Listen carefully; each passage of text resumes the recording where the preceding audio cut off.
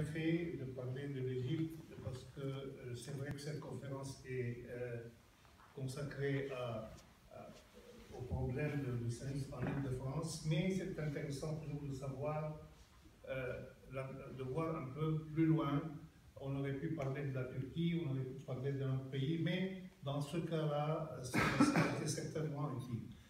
Juste ce que tu viens de dire sur cette mobilisation extraordinaire des musulmans d'Égypte, il y a le courage dont ont fait preuve beaucoup d'Égyptiens. Juste, quel est le moyen, c'est une question à laquelle je voudrais une réponse brève, quel est le moyen de décupler cet effort-là, cet effort qui doit s'opposer à cette folie meurtrière? Quel est le moyen? Est-ce qu'on manque de moyens ou est-ce qu'il y a quelque chose qui bloque ça? Juste, je parle de l'Égypte toujours, même si c'est en dehors de ce que nous sommes en train de traiter. Je pense qu'il y a une sorte de méthode pédagogique. Les Égyptiens sont très sensibles à des interventions de l'étranger. Donc, si on se présente comme donneur de leçons, on va être poussé. Mais il y a des méthodes, on en a souvent parlé avec des politiciens, pour leur dire qu'ils sont tout contents s'ils ont de l'assistance. Et que ça reste au niveau de l'assistance, du soutien, de l'aide. Donc on est à votre disposition, mais pour le faire, il faut que les gens, que le pouvoir occidental connaissent bien la situation, qu'ils sachent qu'il y a ces gens, quelle est leur mentalité et comment les encourager. Et je pense qu'il faut, s'ils le font, c'est comme ça qu'ils vont multiplier le nombre en ayant des gens à partir de la France aussi. Merci. Nous allons faire quelque chose de différent avant d'accueillir notre prochain intervenant, M. Abdelrahman Dahman, que je vais présenter plus tard. Mais avant, on va faire quelque chose d'original. Je vais moi-même demander à une ou deux personnes, ce sera un peu la transition, si ce que nous sommes en train de dire est réaliste, réalisable. Est-ce que nous sommes à côté de la réalité? Est-ce que nous rêvons? Artemis, qui est la dirigeante de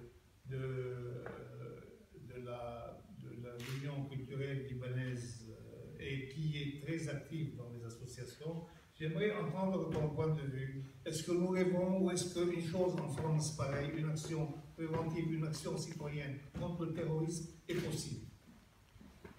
D'après moi, avant de commencer par des actions préventives, il vaudrait mieux passer par des actions d'éducation et d'aide.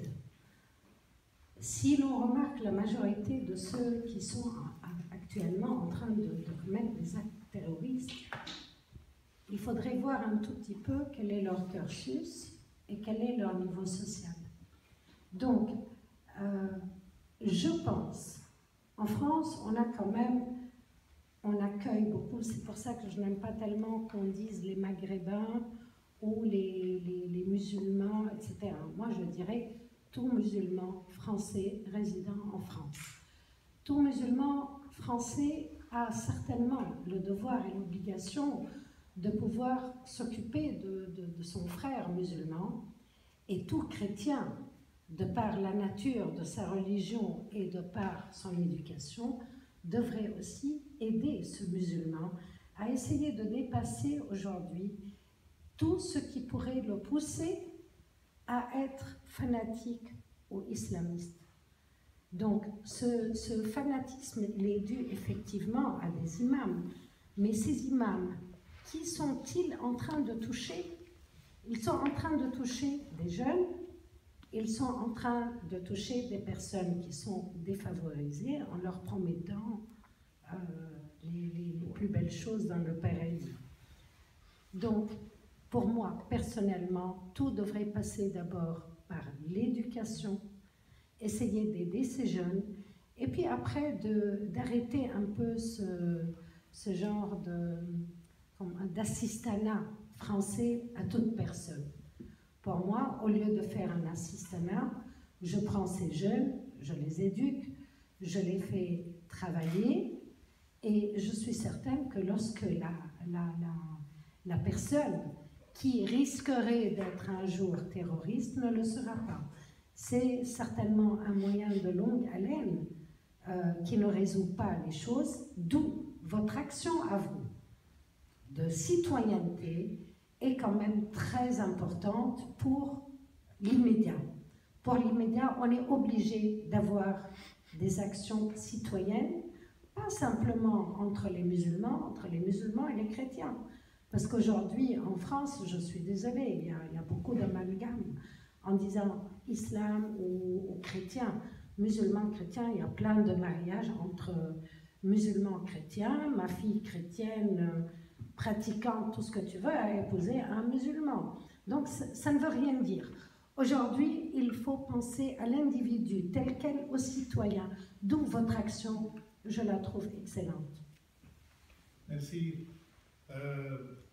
Nous attendons M. Patrick Karam qui va intervenir.